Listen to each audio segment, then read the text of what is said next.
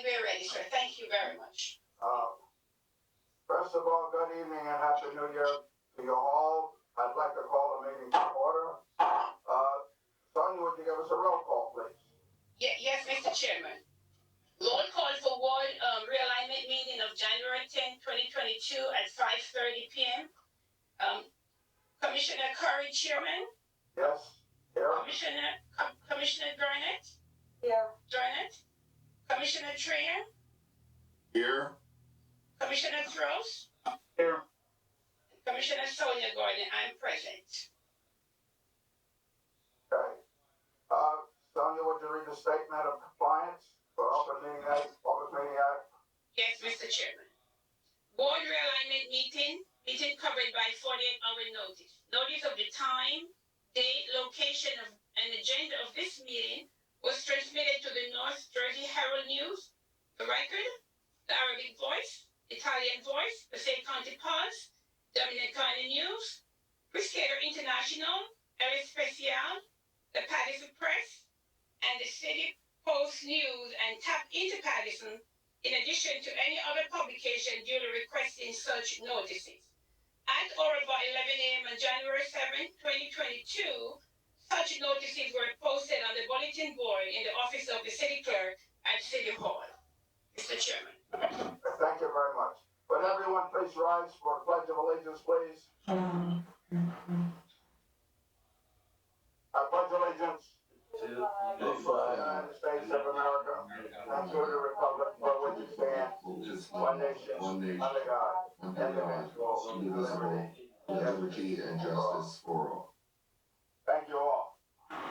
Ladies and gentlemen, task this evening is to serve in a virtual open public meeting for the redistricting for the city of Paterson.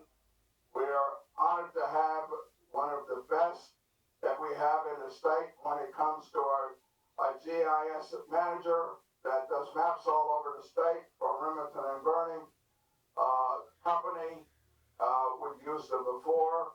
And I'd like to turn the meeting over to Kevin Zielinski, and we can have a discussion on the two series of maps that he have drawn. And we won't tonight, but at our next meeting, we will, after we have a public portion, we will vote on which one of the two that we will accept for the next 10 years. Okay, Mr. Chairman, if I may. Sure. Okay, before Mr. Kevin speak, can I just read this public notice I have? Oh, yes, absolutely. I apologize. Okay, that's okay. Thank you, sir. Okay. City of Paterson public notice. Pursuant to the Open Public Meetings Act, be advised that the Ward Realignment Commissioners have scheduled meetings commencing at 5:30 p.m. to be held virtually via WebEx or Zoom for the purpose of discussing the following matters. And I have public portion. I'll read this for the record. Anyone who wishes to participate in the public portion when we get there and we open may dial 973-321-1579, 973-321-1579, and enter meeting code number 8326.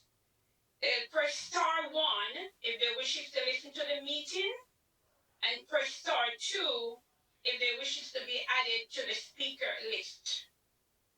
I'll just read it again. When the public portion is open, anyone who wishes to participate, to ask any questions or any concerns, dial 973-321-1579 and enter meeting ID code number 8326. Star 1 to listen to the meeting. Press star 2 to be added to the list. I'll continue. Monday, January 10th, 2022 at 5:30 p.m. We'll have a discussion with ward commissioners, Remington and Vernick, engineers, and city officials. Formal action may be taken. And on Thursday, January 13, 2022 at 5:30 p.m., there'll be another discussion with ward commissioners, Remington and Vernick, engineers, and the city official. Formal action may be taken. Mr. Chairman, thank you very much. Sonia, Madam Clerk, very, very thorough, very, very clear. And at this point, I'll turn the meeting over to Mr. Zelensky. Thank you, sir.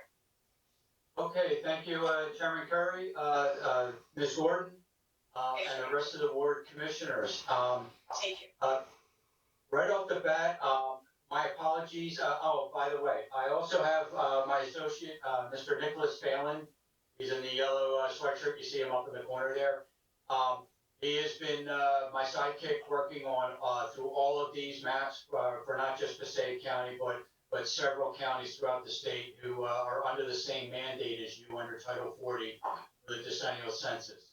So, Chairman Curry, I do have to jump off at 6 o'clock to attend another one, but I'm going to hand it over to my very competent associate, Nicholas, who will go through the two scenarios with you and the other board commissioners. And by the way, the next meeting, I have no conflicts. I will be on for the following meeting for Paterson City. But with that, just to give everybody some history and to set the table on what we're doing and why.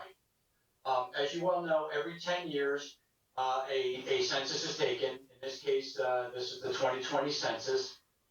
And typically, in a normal year when we're not dealing with pandemics and other types of delays, the data is usually released on a county basis. In other words, Passaic County would have got your census data typically by March of the following year it's taken. So in other words, we would have had this data in New Jersey and 3 other states by the end of March of 2021.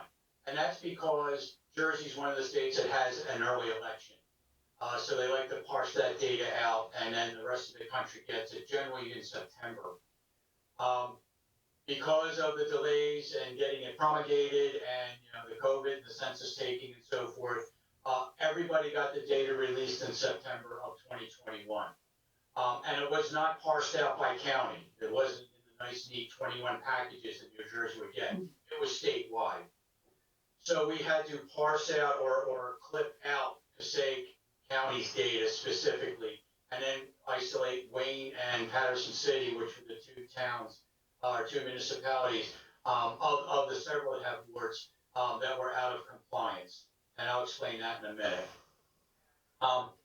The data was released officially, I want to say September 15th or 16th of last year. On top of that, there was a law passed where the census data would be reallocated. And that data was released around, the official date was September 23rd, about a week or so later after the mid-September date of the census 2020 populous data was actually certified and released. And the reallocated data is basically the law states that if you had an incarcerated, like if you had anybody incarcerated, prisoners, they would count. Because again, under Title 40, we're talking population. It's strictly population numbers. So I'm going to use an example, and actually Trenton, which is my next meeting, to be quite honest with you.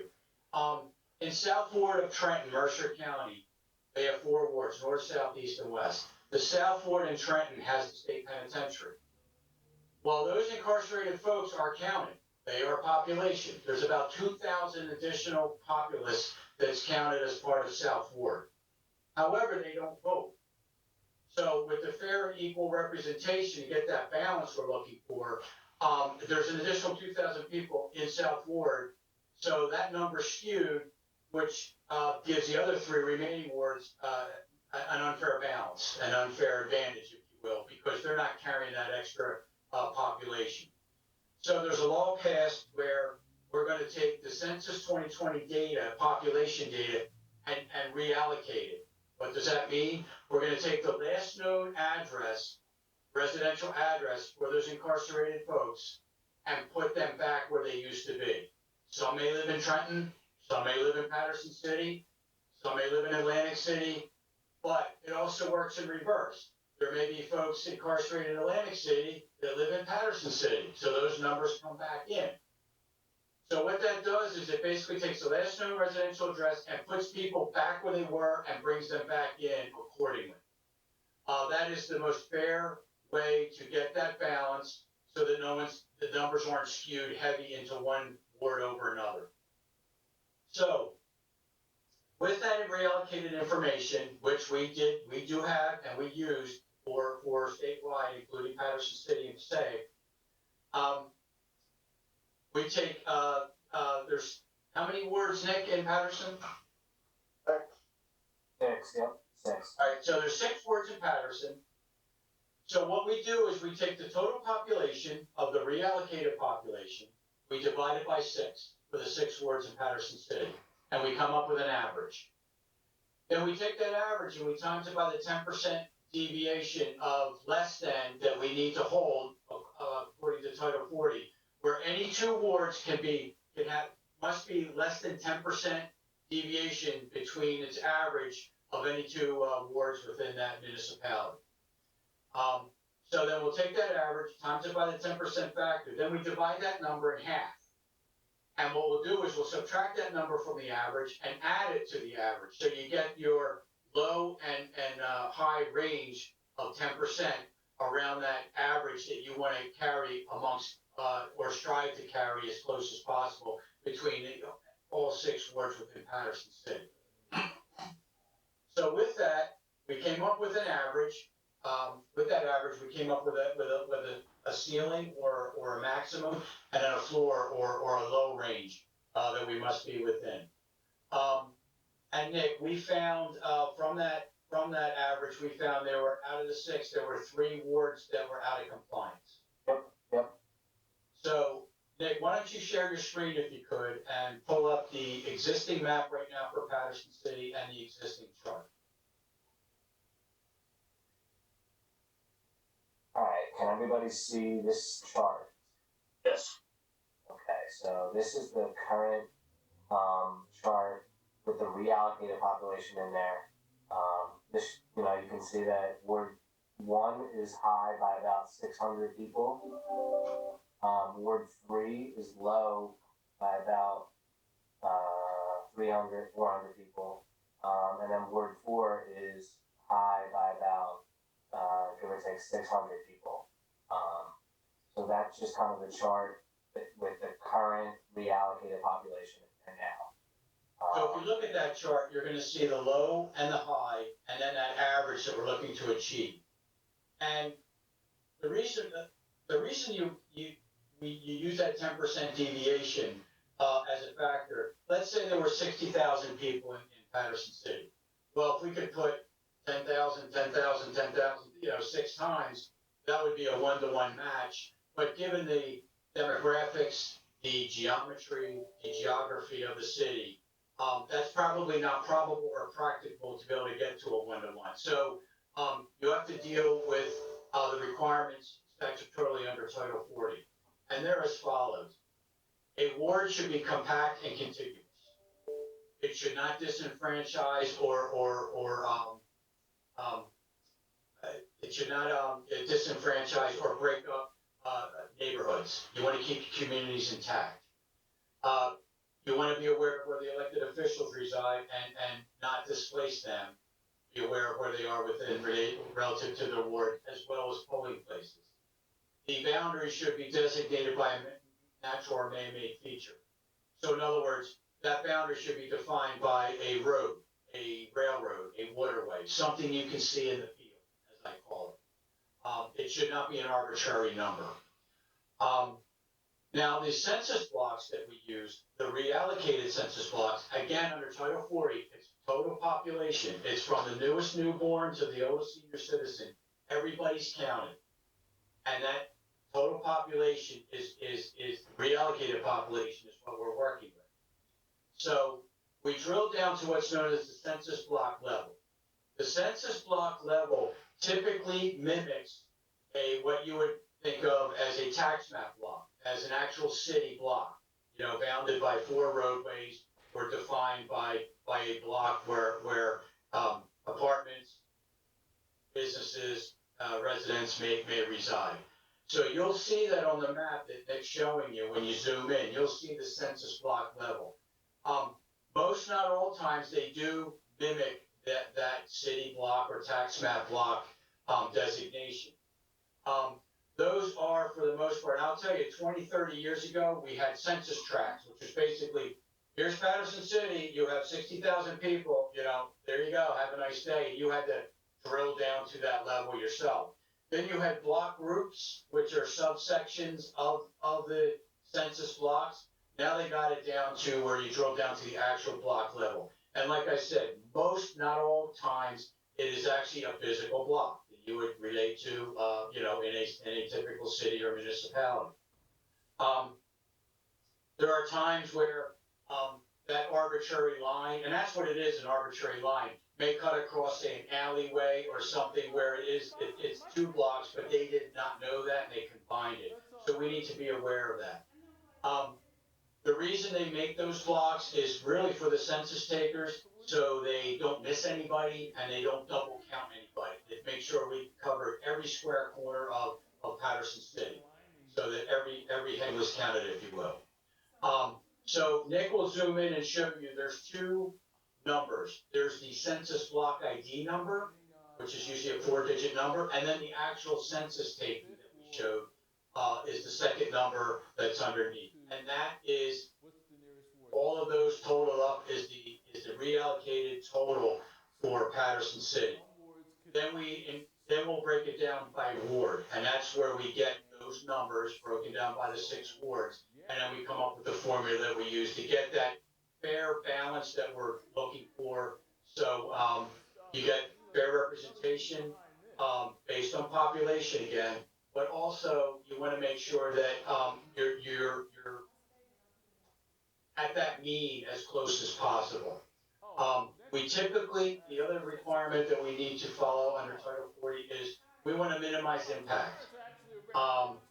In order to bring those numbers within the high and low range of less than 10% deviation based on population totals. Oh, okay, good. I didn't want you to come down to this. So, But it's what we're still going to be virtual. what we're trying to do is, if we can take whole districts Pandemic. that are made of multiple census blocks, Look, that is a to in person, you see what I'm doing. I'm just walking around. You know what I mean? So, if you don't really want to come, don't come because, it's difficult to, come from the kids to here. It's crazy. So, but this here's there's one more meeting.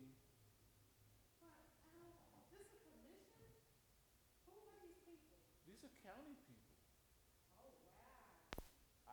we utilize the GIS system to do that. So once the ward commission adopts one of these maps, or maybe a third map, if a suggestion made beyond these 2, and we would entertain, as long as it came from the ward commission to consider, we would do that, or that's what we're retained to do.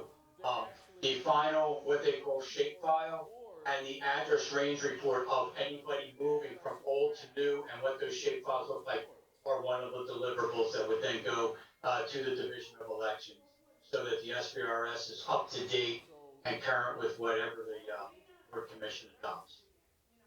So, does anybody have any questions up to this point? Were they part of the census? That's pretty much the law. That brings us up to today. And like I said, here's the silver lining to all this. Typically, this process is done, because we would have started it back in March, and it would have been done probably around June, July. Then the congressional boundaries come out, which usually happens in January of the following year, actually the second year after the census is taken. So the congressional boundaries were adopted on the 21st of December of last year, just last month actually. They will impact wards and election districts. They don't impact Paterson City and Passaic, by the way, so you don't have to worry about that.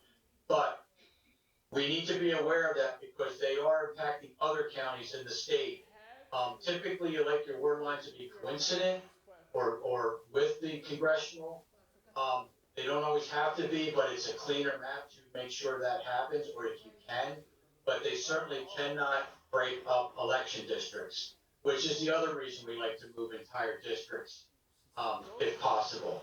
Again, minimize impact, keep like neighborhoods or communities together, not displace anybody, be cognizant of the polling places and natural man-made features to act as that boundary.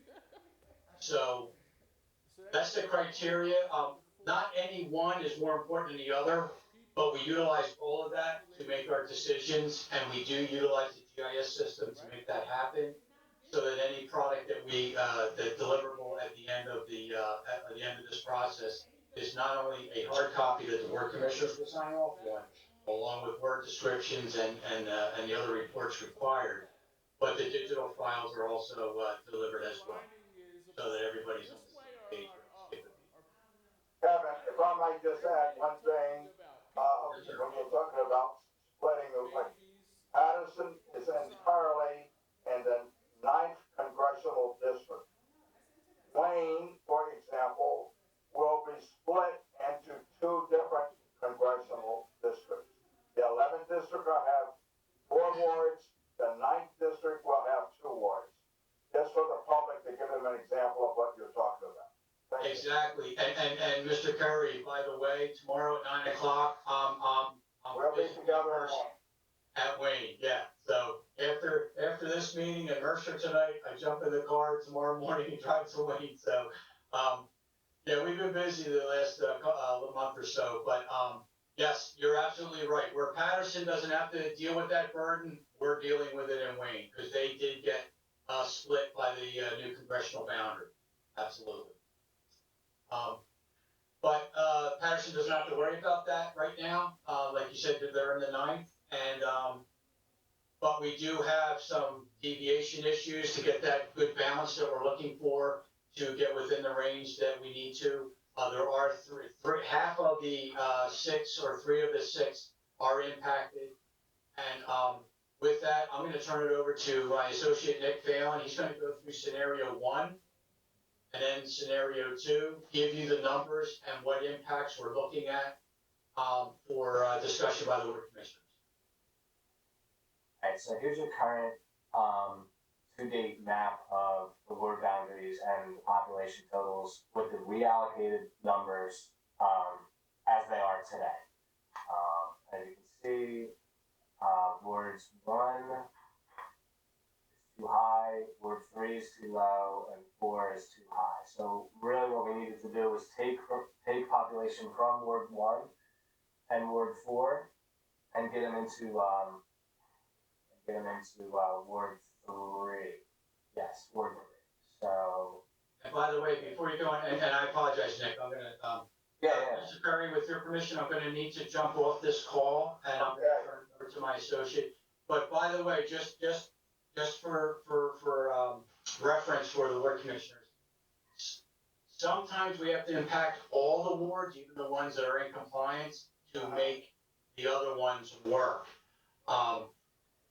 Especially if they're not adjacent to one another. So I believe in Paterson, we were able to just deal with the affected wards, but just want to let you know, sometimes we have to kind of leapfrog through all 6 to achieve that balance. So with that, folks, I will be on the next call in its entirety. I apologize for this, but I do have a conflict, but Nick is more than capable to run with this. And again, Sonia, if you have any follow-up questions for me or Nick, feel free to please call or email after the meeting. Sure, I will. Thank you. All right, folks. Have a good night. Thank you. Okay. Nick, take care. Thank you, too. Alright, so in scenario 1, we're going to be taking from Ward 1, District 10, which has a total population of 924 people. We're going to be putting those people into Ward 5. Then, the next phase of that, I guess, would be Ward 4, District 11, and then Census Block 1008, 2003 through 2005, 2007, 2008, which is 745 people from Ward 4 into Ward 3, which would bring all of the numbers into compliance. And here's the chart that shows those numbers. So then your Ward 1 would be losing 924 people and would bring that number to 27,846. And Ward 5 would be gaining 924 people, which would get, the number would then be 26,885. Ward 4 would be losing 745 people, which would bring that number down to where, it needs to be at 28,036, and Ward 3 would be getting 745 people, which would bring that number up to where, into compliance at 25,844. Now these numbers, could they be a little more even and around that mean? Absolutely, but as Kevin kind of noted, we tried one scenario where we kind of impacted as little people as possible to bring the numbers into compliance. And let's just look at the changes here. So we'd be taking District 10, and I'm going to be going back and forth from the old map, from the current maps of the scenarios, just to kind of give like a reference. So we would be taking all of District 10 from Ward 1 and putting that into Ward 5. So that would, again, bring the number from Ward 1 into compliance, and Ward 5 wasn't out of compliance, but had enough room to be able to take on some people. And that would bring in a full voting district. We would be moving a polling location, which could be a problem. And then in the second phase, I guess you could say, would be taking these 6 census blocks from Ward 4, putting them into Ward 3, and bringing both of those numbers into compliance. So I'd be taking these 6 census blocks from District 11, and then this is how it currently is today. So there's that line, and then in scenario 1, that line just shifts over 3 census blocks to the west, and then now we'll shoot up 18th Street. So that's scenario 1. If there's any questions for that. And then I'll jump right into scenario 2.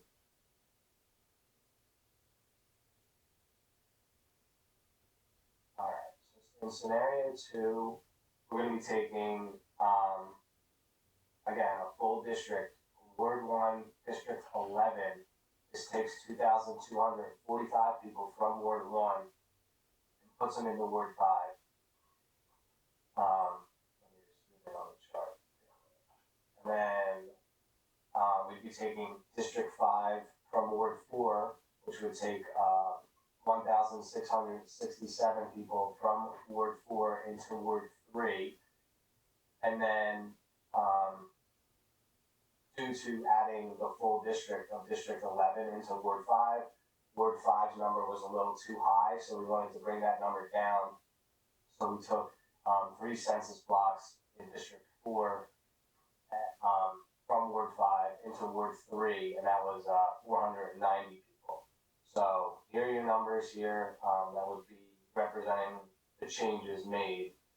Ward 1 would now be closer to that mean at 26,525. Ward 2, 26,550. Ward 3 would be 27,256. Ward 4, 27,114. And Ward 5, 27,716. And Ward 6 was not impacted, and that number is 25,541. So, looking at the changes, we would be taking all of District 11 from Ward 11 from Ward 1, where that boundary line goes used to, and currently runs right here. We would be taking that district boundary in full and putting that into Ward 5. And then unfortunately, like I said, due to it being such a large population, Ward 5 would then be out of compliance. So we needed to take just to select a little group of census blocks here from Ward 4 in District 5, these 3 census blocks here, and put them into Ward 3. That actually helps bring Ward's 3 number up closer to the mean where it needs to be. Not needs to be, but to make the numbers more even across the board. And then the other change would be right in here. This is actually, unfortunately, it's not highlighted for some odd reason, but this is District 5, and I'll show you on the current map. So this is that piece that would now be in Ward 3, and that's in District 5 in full from Ward 4, which is 1,667 people taken from Ward 4 into Ward 3. And these are how the numbers would be represented. Again, in both scenarios, all the numbers are compliant within the high and low at 10% average. So that's both scenarios. Any questions? Be more than happy to answer. Okay. Sonia, Madam Clerk, do you want to open it up to the public? Yes, Mr. Chairman, yes. At this time, the public portion, may I have a motion? Did you want a motion in a second, Mr. Chairman? Absolutely. A motion to open up public portion. I'll make that motion. So moved. Chair, Commissioner Chair, and second by Ms. Gurnett. Yeah. All in favor, Mr. Chairman? Aye? All in favor? Aye. Okay, thank you. At this time, the public portion is open. I'll just read for the record again the number for anyone who wishes to dial in. It's 973-321-1579. Enter meeting ID code number 8326. Press star 1 to listen to the meeting, and press star 2 if you wish to speak on the public portion, and each person is allowed 2 minutes. Mr. Chairman, let me check with my IT person if there's anyone for the public portion. Give me 1 second, sir. Thank you very much. Okay.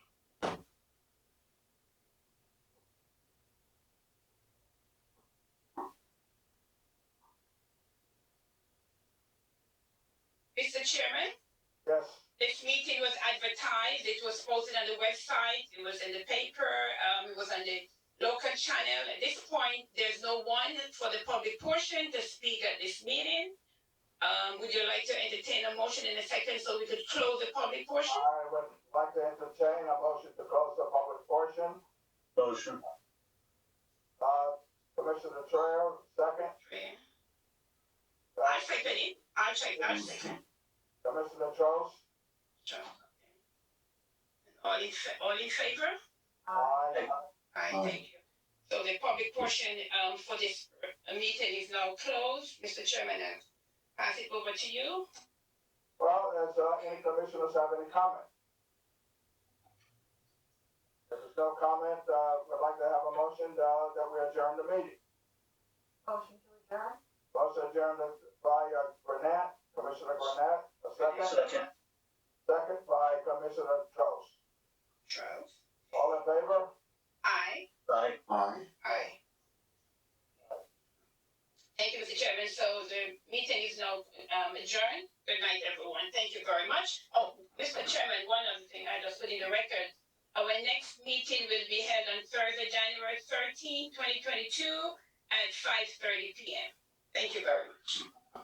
All right, very good. Thank Good you. night. Thank you, everyone. All Everyone right, be safe. okay, thanks, sir.